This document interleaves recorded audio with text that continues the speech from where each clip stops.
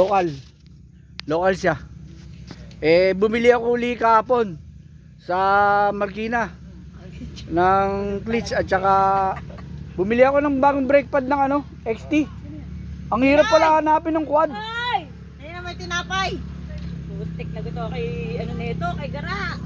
Good morning. Ay, wow. Andito na naman tayo uli sa PSG campsite dahil nakita natin ang mga taga SGP at si Lagalag Idol. Ayan, no? Pang macho yan Basic na basic talaga. Pang macho yan Yun pa, mas malakas bang basag yun. Alam mo Good morning Thursday.